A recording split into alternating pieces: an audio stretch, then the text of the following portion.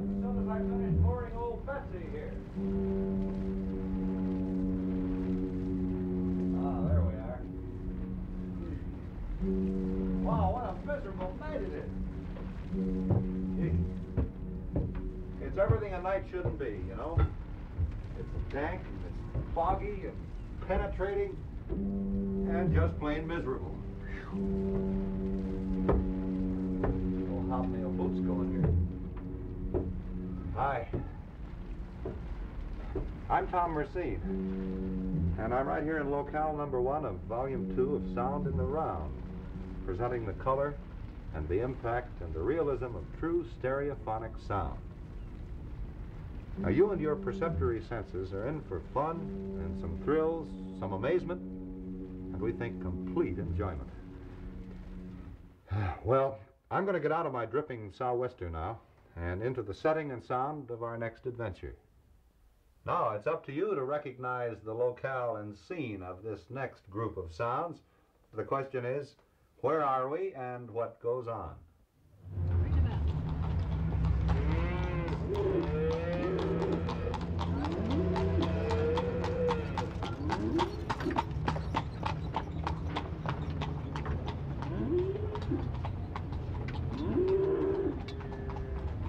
All right, stop. Oh. Oh. Oh, that did it. Yes, you did hear a strange conglomeration of animal sounds plus contrivances. If a buggy or a cart is a contrivance.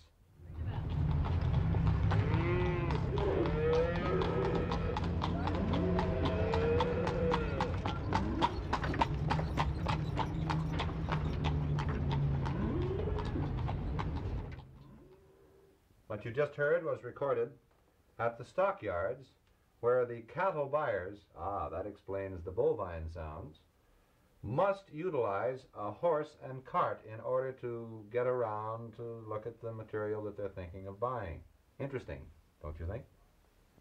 Now stand by for some music.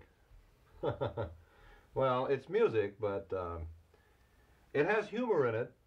I'm striving hard now, friends, to see whether I can describe what's going to happen. Well, I can describe this much of it.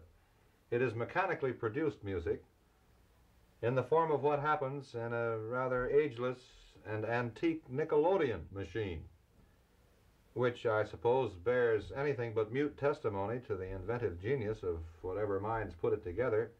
There are hammers and tongs and clinks and clanks and mechanical reproductions of no sounds I ever really heard, but there's sort of a similarity to a violin here and there, a xylophone.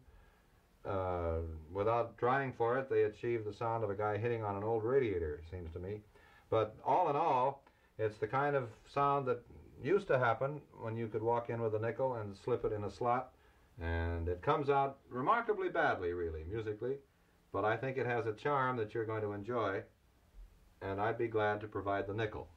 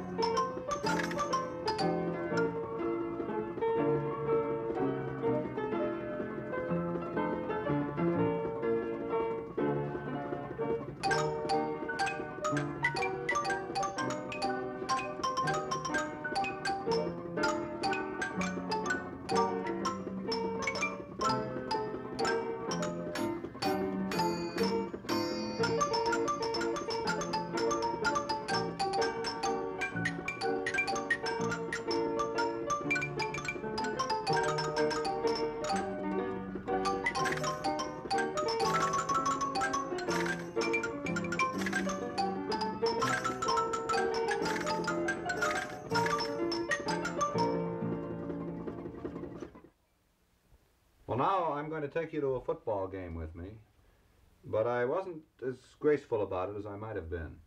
I forgot to get tickets on the 50-yard line, which would have been, I think, friendly. And we find ourselves in the end zone. Oh, you've been there before, huh? Not only that, but we're sitting right behind one of the world's biggest men. The crowd stands up, and I, for one, and I'm 6 feet 3½, can't see anything that's going on in the field. So we hear the crowd yell, there's excitement. Somebody does something. A fellow named Ellis, I guess, is pretty good. The public address announcer is swallowed up by the sound of the crowd, and you and I will have to buy a paper after the game to find out who did what to whom.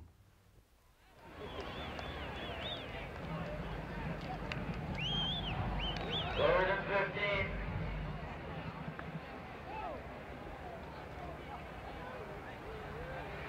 Ellis back.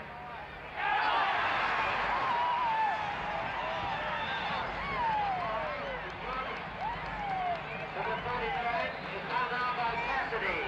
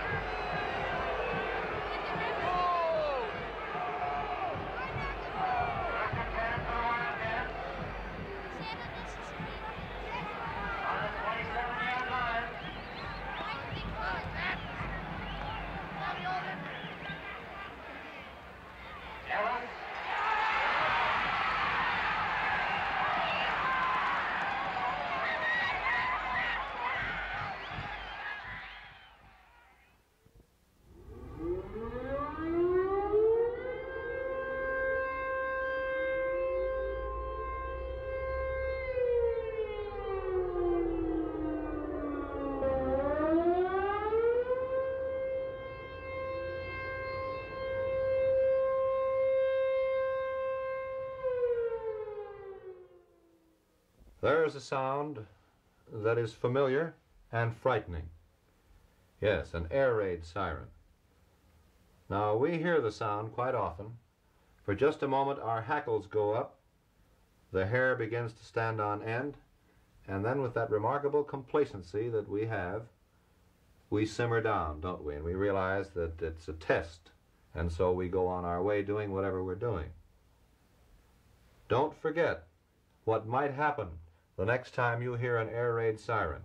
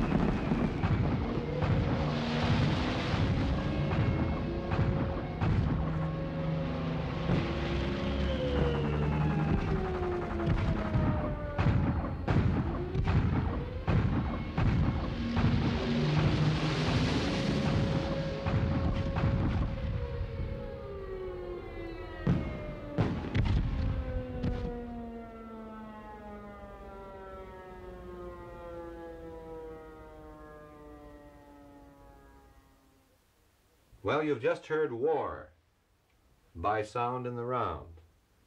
Nobody was hurt. No property was hurt. And if we surprised you a little and caused some excitement and now please you with the knowledge that it wasn't real at all, then our war was as fine a war as you can find. Well, how would you like to hear me roaring around a roller rink, attached by the hands to some very skillful skaters, and I don't qualify? Well, that's what you're going to think you're hearing, but the truth was I haven't been on a roller rink in 17 years, but we think it'll sound like I was. You'll certainly hear a lot of roller skates, and we had fun doing this one. 6 laps to go.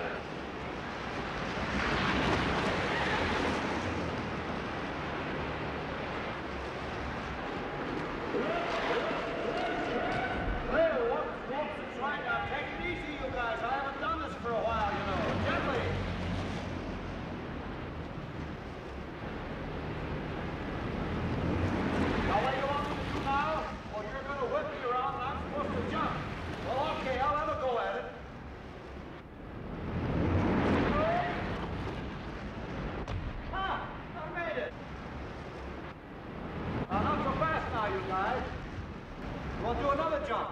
Okay, I'm game. Let's go.